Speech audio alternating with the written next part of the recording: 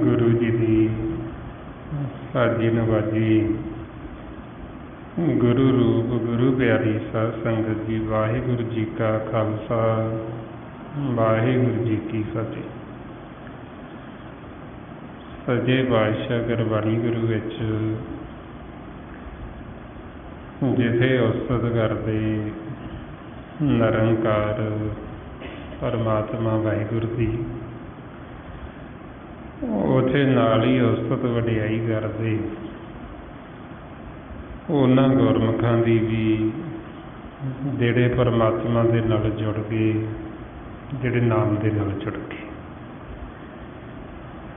महाराज कहंदे जिन्हां ने परमात्मा सतगुर नूं देखिया उन्हां ते असीं सदा ही बलिहार जांदे हां, कुर्बान जांदे। फरमाउंदे ने जिन सतगुर प्यारा देखिया तैन को सद वारी, जिन गुर की कीती चाकरी तैन सद बलिहारी। जिन्हां ने उस प्यारे नूं देखिया सतगुर नूं, उन्हां दे बलिहार जांदे। जिन्हां ने चाकरी कीती गुरु दी, उन्हां दे सदके जांदे। हुण इह चाकरी फिर हुंदी किवें है, मालक दे किवें सानूं दर्शन हुंदे ने। जिन्हां ने दर्शन कीते, जिन्हां ने मिलाप कीता, उन्हां ने फिर आपां नूं दस्सी। ਮਾਰੇ ਕਹਿੰਦੇ ਅਦੈਸ਼ਟ ਅਗੋਚਰ ਆਰ ਬ੍ਰਹਮ ਸੋ ਦੇਖਿਆ ਗੁਰਮੁਖ ਅੱਖੀਂ, ਵੀ ਗੁਰਮੁਖਾਂ ਨੇ ਦੇਖਿਆ। ਜਿਵੇਂ ਆਮ ਸੰਸਾਰ 'ਚ ਜੀਵ ਕਹਿ ਦਿੰਦਾ ਵੀ ਰੱਬ ਨੂੰ ਤਾਂ ਕੋਈ ਮਿਲ ਹੀ ਨਹੀਂ ਸਕਦਾ, ਪਰਮਾਤਮਾ ਨੂੰ ਤਾਂ ਦੇਖਿਆ ਹੀ ਨਹੀਂ ਜਾ ਸਕਦਾ। ਜਿਨ੍ਹਾਂ ਨੇ ਦੇਖਿਆ ਉਹਨਾਂ ਨੇ ਆਪਾਂ ਨੂੰ ਦੱਸਿਆ ਵੀ ਅਸੀਂ ਦੇਖਿਆ ਤੇ ਮਿਲੇ। ਉਹਨਾਂ ਨੇ ਆਪਾਂ ਤੋਂ ਕੁਝ ਛੁਪਾਇਆ ਨਹੀਂ, ਸਾਨੂੰ ਸਮਝਾਉਣ ਵਾਸਤੇ ਸਾਰਾ ਭੇਜ ਦਿੱਤਾ ਵੀ ਤੁਸੀਂ ਵੀ ਦੇਖ ਸਕਦੇ ਹੋ, ਤੁਸੀਂ ਵੀ ਮਿਲ ਸਕਦੇ ਹੋ। ਜਿਨ੍ਹਾਂ ਨੇ ਮਿਲਾਪ ਕੀਤਾ ਉਹਨਾਂ ਨੇ ਫਿਰ ਆਪਾਂ ਨੂੰ ਬੜਾ ਖੁੱਲ੍ਹ ਕੇ ਸਮਝਾਇਆ। ਗੁਰੂ ਅਰਜਨ ਦੇਵ ਜੀ ਆਪਾਂ ਨੂੰ ਦੱਸਦੇ ਬਈ ਅਸੀਂ ਵੀ ਦੇਖਿਆ, ਮਾਲਕ ਨੂੰ ਮਿਲੇ ਹਾਂ। ਮਾਰੇ ਕਹਿੰਦੇ ਮੈਂ ਵੇਖਿਓ ਰੀ ਉੱਚਾ ਮੋਹਨ ਸਭ ਤੇ ਉੱਚਾ, ਆਨਾ ਸੰਸਰ ਕੋ ਲਾਗੇ ਢੂੰਡ ਰਹੇ ਹਮ ਉੱਚਾ। ਮਾਰੇ ਕਹਿੰਦੇ ਅਸੀਂ ਦੇਖਿਆ ਸਭ ਤੋਂ ਉੱਚਾ ਹੈ, ਉਹਦੇ ਸੰਸਰ ਬਰਾਬਰ ਹੋਰ ਕੋਈ ਦੂਜਾ ਨਹੀਂ ਹੈ। ਸੋ ਇਸੇ ਤਰ੍ਹਾਂ ਹੀ ਆਪਾਂ ਨੂੰ ਰੋਜ਼ ਗੁਰੂ ਅਮਰਦਾਸ ਜੀ ਵੀ ਸਮਝਾਉਂਦੇ ਕਿ ਅਸੀਂ ਵੀ ਦੇਖਿਆ, ਅਸੀਂ ਵੀ ਮਿਲਾਪ ਕੀਤਾ। ਮਾਰੇ ਕਹਿੰਦੇ ਆਨੰਦ ਭਇਆ ਮੇਰੀ ਮਾਏ ਸਤਿਗੁਰੂ ਮੈਂ ਪਾਇਆ। ਇਹ ਅਸੀਂ ਵੀ ਮਿਲਾਪ ਕੀਤਾ, ਉਹਨਾਂ ਨੇ ਦੱਸਿਆ ਵੀ ਪਾਇਆ, ਮਿਲੇ ਹਾਂ। ਸੋ ਇਸ ਵਾਸਤੇ ਫਿਰ ਆਪਾਂ ਨੂੰ ਕਹਿੰਦੇ ਵੀ ਤੁਸੀਂ ਵੀ ਮਿਲ ਸਕਦੇ ਹੋ। ਜਿਹੜੇ ਮਿਲੇ ਨੇ ਉਹਨਾਂ ਨੇ ਫਿਰ ਆਪਾਂ ਨੂੰ ਇਹ ਸਾਰਾ ਰਸਤਾ ਦੱਸਿਆ। ਅਤੇ ਇਸ ਵਾਸਤੇ ਫਿਰ ਜਿਹੜੇ ਇਸ ਮਾਰਗ ਦੇ ਉੱਤੇ ਚੱਲ ਪਏ, ਜਿਨ੍ਹਾਂ ਨੇ ਮਿਲਾਪ ਕਰ ਲਿਆ, ਉਹਨਾਂ ਦੇ ਮਾਲਕ ਦੇ ਵਿੱਚ ਤਾਂ ਕੋਈ ਅੰਤਰ ਰਹਿੰਦਾ ਹੀ ਨਹੀਂ, ਕੋਈ ਫਰਕ ਰਹਿੰਦਾ ਹੀ ਨਹੀਂ। ਜਿਵੇਂ ਇੱਕ ਤਾਂ ਉਹ ਗੁਰਮੁਖ ਨੇ ਹਰੀ ਦੇ ਜਨ ਜਿਹੜੇ ਮਾਲਕ ਨੂੰ ਮਿਲ ਚੁੱਕੇ ਨੇ, ਜਿਹੜੇ ਇੱਕਮਿਕ ਹੋ ਚੁੱਕੇ, ਉਹਨਾਂ ਦੇ ਪਰਮਾਤਮਾ ਦੇ ਵਿੱਚ ਤਾਂ ਕੋਈ ਫਰਕ ਨਹੀਂ ਹੈ।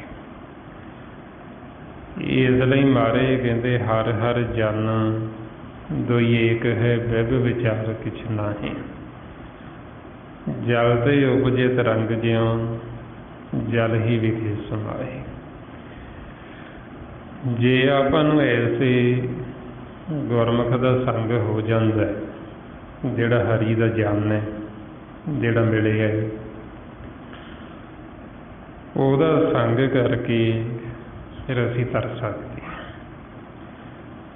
ਕਿਉਂਕਿ ਜਿਹੜੇ ਮਾਲਕ ਨੂੰ ਧਿਆਉਂਦੇ ਪਰਮਾਤਮਾ ਨੂੰ ਹੈ ਤਾਂ ਉਹ ਬਹੁਤ ਵਿਰਲੇ ਨੇ, ਥੋੜ੍ਹੇ, ਜਿਹੜੇ ਇੱਕ ਮਨ ਇੱਕ ਚਿੱਤ ਰੱਖਦੇ। ਸਿਮਰਨ ਤਾਂ ਆਪਾਂ ਵੀ ਕਰਦੇ ਹਾਂ, ਪਰ ਦੋ ਚਿੱਤੀ 'ਚ ਕਰਦੇ, ਦੌਦਾ 'ਚ ਕਰਦੇ। ਜਿਹੜੇ ਇੱਕ ਚਿੱਤ ਹੋ ਗਏ ਉਹ ਮਹਾਰਾਜ ਜੀ ਕਹਿੰਦੇ ਵਿਰਲੇ ਨੇ। ਅਤੇ ਉਹਨਾਂ ਦੀ ਫਿਰ ਘਾਲਣਾ ਉਹ ਗਾਂ ਆਪਾਂ ਅਸੰਖ ਕਰੋੜਾਂ ਜੀਵ ਖਾਂਦੇ ਹਾਂ ਇੱਕ ਗੁਰਮੁਖ ਦੀ ਵੀ। ਮਹਾਰਾਜ ਕਹਿੰਦੇ ਜੋ ਤੁਧ ਸੱਚ ਧਿਆਈਂਦੇ ਸੇ ਵਿਰਲੇ ਥੋੜ੍ਹੇ, ਜੋ ਇੱਕ ਮਨ ਚਿੱਤ ਅਰਾਧਦੇ ਤਿਨ ਕੀ ਬਰਕਤ ਖਾਏ ਅਸੰਖ ਕਰੋੜੇ। ਬਈ ਜਿਹੜੇ ਇੱਕ ਮਨ ਇੱਕ ਚਿੱਤ ਅਰਾਧਦੇ ਉਹ ਵਿਰਲੇ ਨੇ, ਉਹ ਕਰੋੜਾਂ 'ਚੋਂ ਕੋਈ ਗੁਰਮੁਖ ਹੁੰਦਾ ਹੈ। ਪਰ ਜੇ ਆਪਾਂ ਨੂੰ ਉਹਦਾ ਸੰਗ ਹੋ ਜੇ, ਫਿਰ ਅਸੀਂ ਉਹਦਾ ਸੰਗ ਕਰਕੇ ਇੱਕੋ ਗੁਰਮੁਖ ਦਾ ਹੀ ਕਰੋੜਾਂ ਅਸੰਖਾਂ ਜੀਵ ਤਰ ਸਕਦੇ। ਕਿਉਂਕਿ ਨਾਮ ਦੀ ਵਡਿਆਈ ਹੈ, ਇੱਕ ਕਿਣਕਾ ਮਾਤਰ ਦੇ ਕੇ ਹੀ ਗੁਰਮੁਖ ਕਰੋੜਾਂ ਨੂੰ ਤਰ ਸਕਦਾ ਹੈ। ਮਹਾਰਾਜ ਕਹਿੰਦੇ ਗੁਰਮੁਖ ਕੋਟ ਆਧਾਰ ਦਾ ਦੇ ਨਾਮੇ ਇੱਕ ਕਣੀ ਮਾਤਰ ਦਾ ਹੀ ਕਰੋੜਾਂ ਦਾ ਆਧਾਰ ਹੋ ਸਕਦਾ ਉਹਦੇ ਨਾਲ।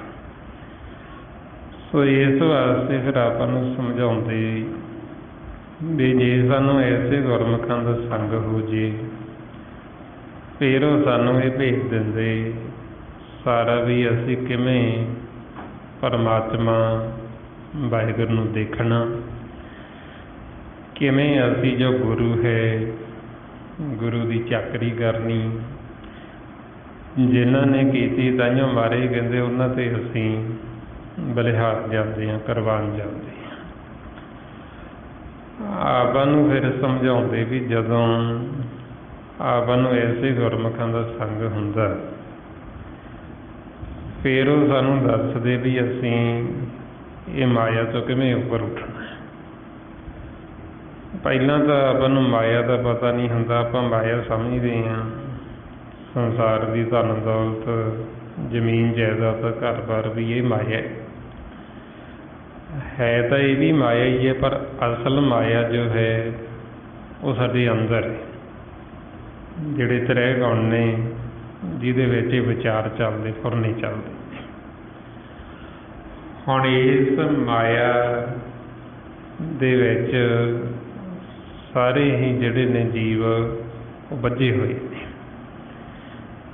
ਜਿੰਨੀ ਵੀ 84 ਲੱਖ ਜੂਨ ਨੇ ਮਾਇਆ ਸਭ ਨੂੰ ਲੱਗੀ। ਜਿਵੇਂ ਹੁਣ ਪੈਸੇ ਧੇਲੇ ਦੀ ਲੋੜ ਤਾਂ ਆਪਾਂ ਨੂੰ ਮਨ ਸਜਾਮੇ 'ਚ ਹੀ ਹੈ। ਹੋਰ ਪਸ਼ੂ ਪੰਛੀ ਜਿੰਨੀ 84 ਲੱਖ ਜੂਨ ਮਾਨਸ ਨੂੰ ਛੱਡ ਕੇ ਕਿਸੇ ਨੂੰ ਇਹ ਪੈਸੇ ਦੀ ਲੋੜ ਨਹੀਂ, ਉਹ ਨਹੀਂ ਵਰਤਦੇ ਕਿਉਂਕਿ ਉਹਨਾਂ ਦੇ ਕੰਮ ਦੀ ਚੀਜ਼ ਨਹੀਂ ਹੈ। ਪਰ ਮਾਇਆ ਜਿਹੜੀ ਉਹਨਾਂ ਨੂੰ ਵੀ ਲੱਗੀ। ਜੈਸ ਨੂੰ ਭੇਟ ਲੱਗੇ ਉਧਰ ਉਹਨੂੰ ਮਾਇਆ ਲੱਗੀ। ਚਾਹੇ ਉਹ ਕੀੜੀ ਹੈ, ਚਾਹੇ ਹਾਥੀ ਹੈ, ਛੋਟੇ ਤੋਂ ਛੋਟਾ ਜੀਵ ਹੈ, ਵੱਡੇ ਤੋਂ ਵੱਡਾ ਹੈ, ਸਭ ਨੂੰ ਇਹ ਮਾਇਆ ਲੱਗੀ ਹੈ। ਸਭ ਦੇ ਅੰਦਰ ਇਹੀਓ ਖੇਲ ਚੱਲਦਾ ਹੈ, ਤ੍ਰੈ ਗੁਣਾਂ ਦਾ, ਮਾਇਆ ਦਾ, ਸ਼ਿਵ ਤੇ ਸ਼ਕਤੀ। ਮਹਾਰਾਜ ਕਹਿੰਦੇ ਇਸ ਮਾਇਆ ਦਾ ਭੇਦ ਸਾਨੂੰ ਆਉਂਦਾ ਜਦੋਂ ਫਿਰ ਸਾਨੂੰ ਐਸੇ ਗੁਰਮੁਖ ਮਿਲਦੇ, ਸਾਧੂ ਮਿਲਦੇ। ਮਹਾਰਾਜ ਫਰਮਾਉਂਦੇ ਕਹੋ ਕਬੀਰ ਜੈਸ ਉਦਰ ਤਿਸ ਮਾਇਆ, ਤਬ ਛੂਟੇ ਜਬ ਸਾਧੂ ਪਾਇਆ। ਬਈ ਜਦੋਂ ਸਾਨੂੰ ਸਾਧੂ ਜਨਾਂ ਦਾ ਮਿਲਾਪ ਹੁੰਦਾ, ਉਹ ਸਾਨੂੰ ਦੱਸਦੇ ਵੀ ਮਾਇਆ ਕੀ ਹੈ, ਮਾਇਆ ਤੋਂ ਅਸੀਂ ਕਿਵੇਂ ਛੁੱਟ ਸਕਦੇ ਹਾਂ। ਆਪਾਂ ਨੂੰ ਫਿਰ ਦੱਸਦੇ ਵੀ ਮਾਇਆ ਨੇ ਇਹ ਜਿਹੜੇ ਸਾਡੇ ਅੰਦਰ ਵਿਚਾਰ ਚੱਲਦੇ ਫੁਰਨੇ, ਇਹਨੂੰ ਮਾਇਆ ਕਹਿੰਦੇ। ਹੁਣ ਇਹਨਾਂ ਵਿਚਾਰਾਂ ਦੇ ਵਿੱਚ ਹੀ ਅਸੀਂ ਵੱਝੇ ਹੋਏ, ਬੰਧਨਾਂ ਦੇ ਵਿੱਚ, ਮਾਇਆ ਦੇ ਵਿੱਚ ਵੱਝ ਜਾਣਾ, ਵਿਚਾਰਾਂ 'ਚ ਵੱਝ ਜਾਣਾ, ਫੁਰਨਿਆਂ ਦੇ ਵਿੱਚ ਵੱਝ ਜਾਣਾ। ਸੋ ਆਪਾਂ ਨੂੰ ਫਿਰ ਦੱਸਦੇ ਵੀ ਇਹ ਵਿਚਾਰਾਂ ਤੋਂ, ਮਾਇਆ ਤੋਂ ਛੁੱਟਣ ਵਾਸਤੇ ਫਿਰ ਉਹ ਆਪਾਂ ਨੂੰ ਸਿਮਰਨ ਅਭਿਆਸ ਦੱਸਦੇ ਵੀ ਆ ਸਿਮਰਨ ਕਰੋ। ਜਦੋਂ ਫਿਰ ਆਪਾਂ ਇਹ ਸਿਮਰਨ ਕਰਦੇ ਹਾਂ, ਗੁਰਮੰਤਰ ਨੂੰ ਦ੍ਰਿੜ ਕਰਦੇ ਹਾਂ, ਇਹ ਸੰਤਾਂ ਦੀ ਸੇਵਾ ਹੁੰਦੀ ਹੈ। ਮਹਾਰਾਜ ਦੱਸਦੇ ਸੰਤ ਕੀ ਸੇਵਾ ਨਾਮ ਤੇ ਆਈ ਹੈ, ਵੀ ਸੰਤਾਂ ਦੀ ਸੇਵਾ ਕੀ ਸਿਮਰਨ ਕਰਨਾ। ਜਦੋਂ ਆਪਾਂ ਐਸੇ ਗੁਰਮੁਖਾਂ ਦਾ ਕਹਿਣਾ ਮੰਨ ਕੇ, ਵਚਨ ਮੰਨ ਕੇ ਸਿਮਰਨ ਕਰਨਾ ਸ਼ੁਰੂ ਕਰ ਦਿੰਦੇ ਹਾਂ, ਫਿਰ ਨਾਲ ਨਾਲ ਉਹ ਆਪਾਂ ਨੂੰ ਗਿਆਨ ਦਿੰਦੇ, ਸੋਝੀ ਦਿੰਦੇ, ਅਕਥ ਕਹਾਣੀ ਸੁਣਾਉਂਦੇ। ਇਹਦੇ ਨਾਲ ਫਿਰ ਸਾਡਾ ਜਿਹੜਾ ਮਨ ਹੈ ਇਹਦੀ ਮੈਲ ਉਤਰ ਜਾਂਦੀ, ਨਿਰਮਲ ਹੋ ਜਾਂਦਾ। ਜਦੋਂ ਮਨ ਨਿਰਮਲ ਹੁੰਦਾ ਹੈ ਫਿਰ ਇਹਦੀ ਨਿਸ਼ਾਨੀ ਹੈ ਵਿਰਾਗੀ ਹੋ ਜਾਂਦਾ ਹੈ। ਜਦੋਂ ਫਿਰ ਇਹ ਵਿਰਾਗੀ ਹੋ ਜਾਂਦਾ, ਫਿਰ ਇਹ ਮਾਇਆ ਨੂੰ ਛੱਡ ਦਿੰਦਾ, ਵਿਚਾਰਾਂ ਨੂੰ ਛੱਡ ਦਿੰਦਾ। ਜ਼ਿਆਦਾ ਕਿ ਹੁਣ ਸਾਡੇ ਅੰਦਰ ਇਹ ਵਿਰਾਗ ਨਹੀਂ, ਤੜਫ ਨਹੀਂ, ਉਹਨਾਂ ਸਮਾਂ ਇਹ ਮਾਇਆ ਨੂੰ ਛੱਡਦਾ ਨਹੀਂ। ਮਾਰੇ ਫਰਮਾਉਂਦੇ ਬੈਨ ਵਿਰਾਗ ਨ ਛੂਟ ਸਮਾਇਆ, ਕਿ ਜ਼ਿਆਦਾ ਕਿ ਸਾਡੇ ਅੰਦਰ ਵਿਰਾਗ ਨਹੀਂ, ਤੜਫ ਨਹੀਂ, ਮਾਲਕ ਨੂੰ ਮਿਲਣ ਦਾ ਸਾਡੇ ਅੰਦਰ ਚਾਅ ਨਹੀਂ, ਪ੍ਰੇਮ ਨਹੀਂ, ਉਹਨਾਂ ਸਮਾਂ ਫਿਰ ਮਾਇਆ ਨੂੰ ਛੱਡਦਾ ਨਹੀਂ ਹੈਗਾ। ਵਿਚਾਰ ਫੁਰਨੇ ਸਾਡੇ ਰੁਕਦੇ ਨਹੀਂ, ਕੋਈ ਨਾ ਕੋਈ ਵਿਚਾਰ ਤੁਰੇ ਹੀ ਆਉਂਦਾ ਹੈ। ਸੋ ਇਸ ਵਾਸਤੇ ਫਿਰ ਗੁਰਮੁਖ ਸਾਨੂੰ ਮਾਲਕ ਦੀ ਉਸਤਤ ਸੁਣਾ ਸੁਣਾ ਕੇ ਉਹ ਸਾਡੇ ਮਨ ਨੂੰ ਨਿਰਮਲ ਕਰ ਦਿੰਦੇ, ਸਾਡੇ ਮਨ ਤੋਂ ਮੈਲ ਲਾ ਦਿੰਦੇ। ਇਸ ਲਈ ਫਿਰ ਆਪਾਂ ਨੂੰ ਦੱਸਦੇ ਵੀ ਇਹ ਵਡਿਆਈ ਹੈ ਸੰਤਾਂ ਦੀ, ਸਾਧੂਆਂ ਦੀ, ਗੁਰਮੁਖਾਂ ਦੀ। ਜਦੋਂ ਅਸੀਂ ਉਹਨਾਂ ਦਾ ਸੰਗ ਕਰਦੇ, ਉਹਨਾਂ ਦੇ ਬਚਨਾਂ ਨੂੰ ਸੁਣਦੇ, ਉਹਨਾਂ ਦੇ ਬਚਨ ਸਾਡੇ ਮਨ ਤੋਂ ਇਸ ਤਰ੍ਹਾਂ ਮੈਲ ਲਾਉਂਦੇ ਜਿਵੇਂ ਆਪਾਂ ਮੈਲਾ ਕੱਪੜਾ ਹੁੰਦਾ ਹੈ ਉਹਨੂੰ ਸਾਬਣ ਅਤੇ ਪਾਣੀ ਨਾਲ ਧੋ ਲੈਂਦੇ, ਮੈਲ ਉਤਰ ਜਾਂਦੀ ਹੈ। ਇਸੇ ਤਰ੍ਹਾਂ ਹੀ ਫਿਰ ਸੰਤਾਂ ਨੂੰ ਮਿਲ ਕੇ ਸਾਡੇ ਮਨ ਤੋਂ ਮੈਲ ਉਤਰਦੀ ਹੈ। ਮਹਾਰਾਜ ਕਹਿੰਦੇ ਹਰ ਕੇ ਸੰਤ, ਸੰਤ ਭਲ ਨੀਕੇ ਮਿਲ ਸੰਤ ਜਨਾ ਮਲ ਲਹੀਏ, ਹਉਮੈ ਦੁਰਤ ਗਈ ਸਭ ਨੀਕਰ ਜੋ ਕਾਪੜ ਸਾਬਣ ਕਰੇਗਾ। ਬਈ ਸਾਡੇ ਮਨ ਤੋਂ ਮੈਲ ਉਤਰ ਗਈ ਜਦੋਂ ਸੰਗ ਹੋਇਆ ਸਾਧੂ ਜਨਾਂ ਦਾ, ਸੰਤਾਂ ਦਾ ਵਿਚਾਰ ਸੁਣਾ ਸੁਣਾ ਕੇ ਸਾਡੇ ਮਨ ਨੂੰ ਧੋਂਦੇ ਰਹਿੰਦੇ, ਮੈਲ ਲਾ ਦਿੰਦੇ। ਫਿਰ ਨਾਲ ਨਾਲ ਆਪਾਂ ਨੂੰ ਸਮਝਾਉਂਦੇ ਵੀ ਮੈਲ ਲੱਗਦੀ ਕਿਹੜੀ ਹੈ ਸਾਡੇ ਮਨ ਨੂੰ, ਕਿਉਂ ਸਾਡਾ ਮਨ ਮੈਲਾ ਹੁੰਦਾ। ਜਿਵੇਂ ਮਾਂ ਪਿਓ ਬੱਚੇ ਨੂੰ ਪਹਿਲਾਂ ਇਸ਼ਨਾਨ ਕਰਾਉਂਦੇ ਅਤੇ ਫਿਰ ਉਹਨੂੰ ਦੱਸਦੇ ਵੀ ਹੁਣ ਲਿਬੜਨਾ ਨਹੀਂ ਹੈ, ਉਹਨੂੰ ਗਿਆਨ ਦਿੰਦੇ। ਇਸੇ ਤਰ੍ਹਾਂ ਹੀ ਫਿਰ ਆਪਾਂ ਨੂੰ ਪਹਿਲਾਂ ਗੁਰਮੁਖ ਇਸ਼ਨਾਨ ਕਰਾਉਂਦੇ, ਫਿਰ ਆਪਾਂ ਨੂੰ ਗਿਆਨ ਦਿੰਦੇ ਵੀ ਤੁਸੀਂ ਹੁਣ ਲਿਬੜਨਾ ਨਹੀਂ ਹੈ। ਸਾਡਾ ਮਨ ਕਦੋਂ ਲਿਬੜਦਾ, ਕਦੋਂ ਇਹਦੇ 'ਤੇ ਗੰਦਗੀ ਪੈਂਦੀ, ਜਦੋਂ ਫਿਰ ਅਸੀਂ ਕਿਸੇ ਦੀ ਨਿੰਦਿਆ ਕਰਦੇ। ਕਿਸੇ ਦੀ ਵੀ ਜਦੋਂ ਆਪਾਂ ਨਿੰਦਿਆ ਕਰਾਂਗੇ ਉਹ ਗੰਦਗੀ ਸਾਡੇ ਮਨ ਦੇ ਉੱਤੇ ਪਏਗੀ, ਉਹ ਮੈਲ ਹੈ। ਕਿਸੇ ਦੇ ਨਾਲ ਅਸੀਂ ਮਨ ਦੇ ਵਿੱਚ ਈਰਖਾ ਕਰਾਂਗੇ, ਵੈਰ ਵਿਰੋਧ ਕਰਾਂਗੇ, ਨਫ਼ਰਤ ਕਰਾਂਗੇ, ਉਹ ਗੰਦਗੀ, ਉਹ ਸਾਡੇ ਮਨ 'ਤੇ ਮੈਲ ਚੁੰਬੜਦੀ ਹੈ।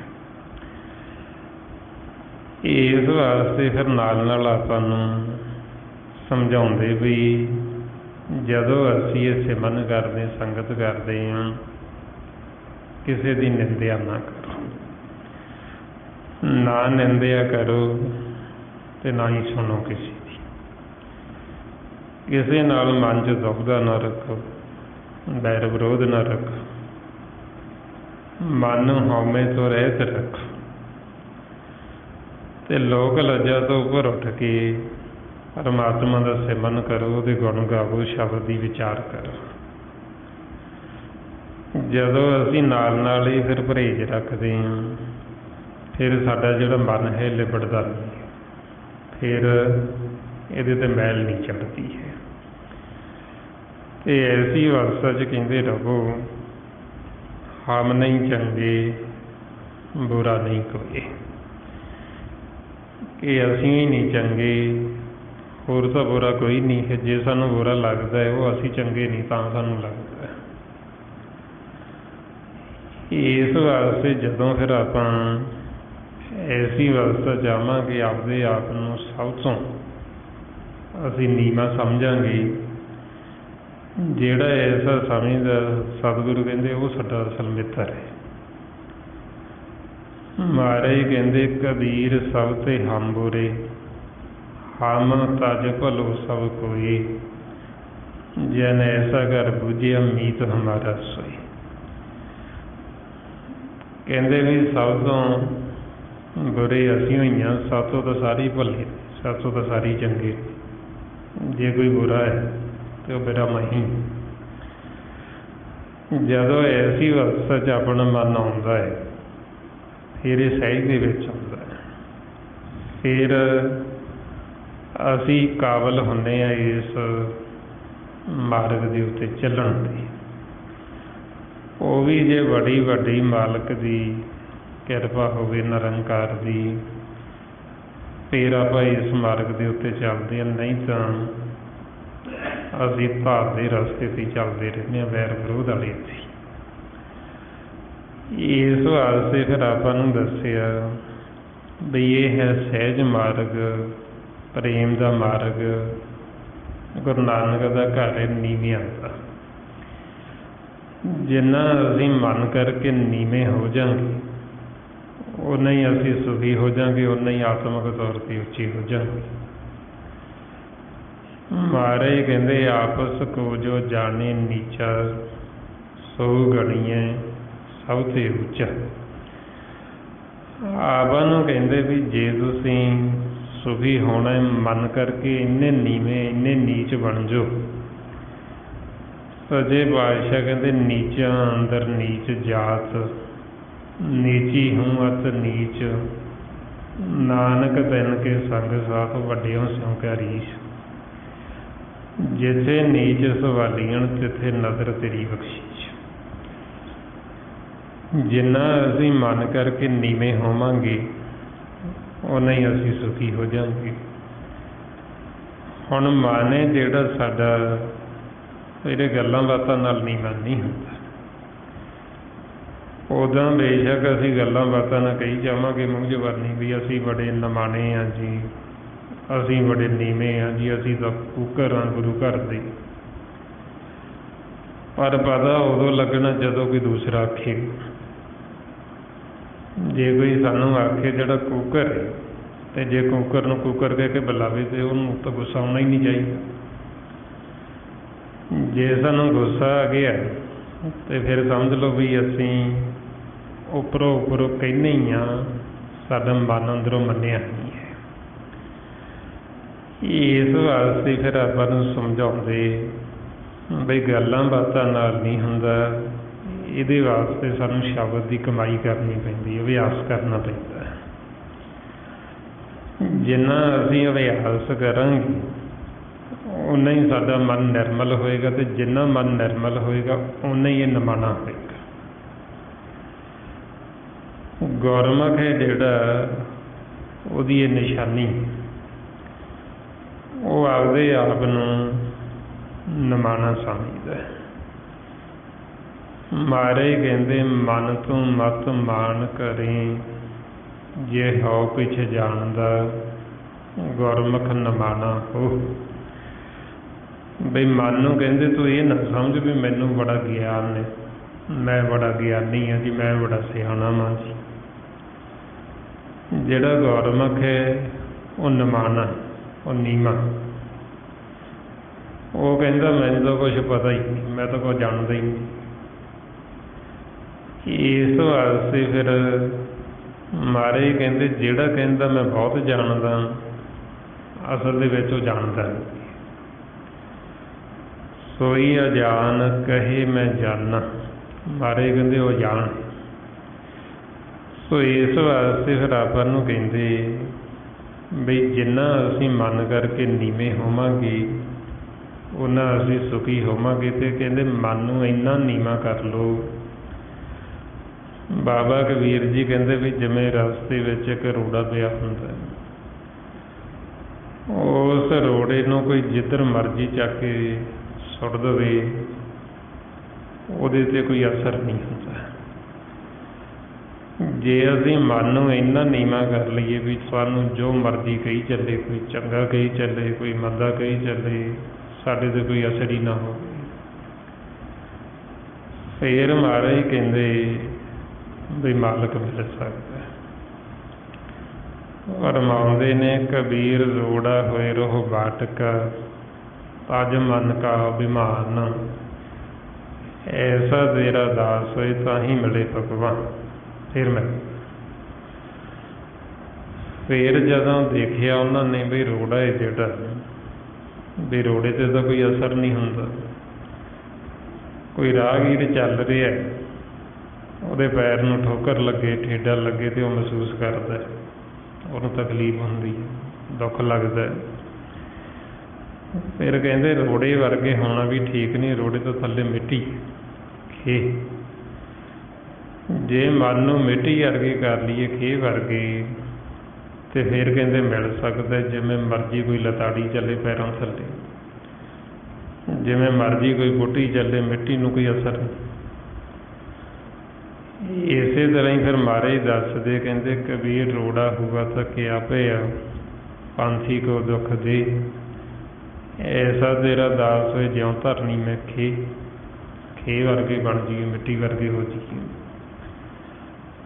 ਫਿਰ ਮਨ ਨੂੰ ਜਦੋਂ ਹੋਰ ਸਹਿਜ 'ਚ ਲੈ ਕੇ ਗਏ, ਦੇਖਿਆ ਵੀ ਮਿੱਟੀ ਹੈ ਜਿਹੜੀ ਹਵਾ ਚੱਲਦੀ ਹੈ ਅਤੇ ਉਹ ਵੀ ਉੱਡਦੀ ਹੈ, ਉੱਡ ਕੇ ਅੰਗਾਂ 'ਤੇ ਪੈਂਦੀ, ਕੱਪੜਿਆਂ 'ਤੇ ਪੈਂਦੀ ਅਤੇ ਜੀਅ ਮਹਿਸੂਸ ਕਰਦਾ। ਕਹਿੰਦੇ ਮਿੱਟੀ ਵਰਗੇ ਵੀ ਹੋਣਾ ਠੀਕ ਨਹੀਂ, ਮਿੱਟੀ ਤੋਂ ਥੱਲੇ ਪਾਣੀ ਨੀਵਾਂ। ਜੇ ਮਨ ਨੂੰ ਪਾਣੀ ਵਾਂਗੂ ਨੀਵੇਂ ਕਰ ਲਈਏ, ਪਾਣੀ ਨੂੰ ਨਿਰਮਲ ਵੀ ਆਖਿਆ, ਉਹਦੇ ਵਰਗੇ ਨਿਰਮਲ ਕਰ ਲਈਏ ਅਤੇ ਕਹਿੰਦੇ ਫੇਰ ਮਿਲ ਸਕਦਾ। ਮਹਾਰਾਜ ਕਹਿੰਦੇ ਕਬੀਰ ਖੇ ਹੋਈ ਤਾਂ ਕਿਆ ਭਇਆ ਉੱਡ ਲਾਗੇ ਅੰਗ, ਹਰ ਜਨ ਐਸਾ ਚਾਹੀਏ ਜਿਉਂ ਪਾਣੀ ਸਰਬੰਗ, ਪਾਣੀ ਵਰਗਾ। ਫਿਰ ਜਦੋਂ ਉਹਨਾਂ ਨੇ ਹੋਰ ਸਹਿਜ ਜਾ ਕੇ ਦੇਖਿਆ ਵੀ ਜਿਹੜਾ ਪਾਣੀ ਉਹਦਾ ਵੀ ਸੁਭਾਅ ਬਦਲ ਜਾਂਦਾ, ਉਹ ਵੀ ਤੱਤਾ ਠੰਡਾ ਹੋ ਜਾਂਦਾ, ਉਹਦੇ ਵਿੱਚ ਵੀ ਬਦਲਾਅ ਆ ਜਾਂਦਾ। ਫਿਰ ਕਹਿੰਦੇ ਵੀ ਪਾਣੀ ਅੱਗੇ ਵੀ ਹੋਣਾ ਠੀਕ ਨਹੀਂ ਹੈ, ਸਾਡਾ ਜਿਹੜਾ ਮਨ ਹੈ ਹਰੀ ਦਾ ਜਾਨਣਾ, ਉਹਨੂੰ ਪਰਮਾਤਮਾ ਵਰਗਾ ਹੀ ਹੋ ਜਾਣਾ ਚਾਹੀਦਾ। ਪਰਮਾਤਮਾ ਦੇ ਸੁਭਾਅ ਦੇ ਵਿੱਚ ਕੋਈ ਬਦਲਾਅ ਨਹੀਂ ਆਉਂਦਾ, ਉਹਦੇ ਵਿੱਚ ਕੋਈ ਤਬਦੀਲੀ ਨਹੀਂ ਆਉਂਦੀ। ਮਹਾਰਾਜ ਕਹਿੰਦੇ ਕਬੀਰ ਪਾਣੀ ਹੁਆ ਤਾਂ ਕਿਆ ਭਇਆ, ਸੀਰਾ ਤਾਤਾ ਹੋਏ ਹਰ ਜਨ ਐਸਾ ਚਾਹੀਏ ਜੈਸਾ ਹਰ ਹੀ ਹੋਏ।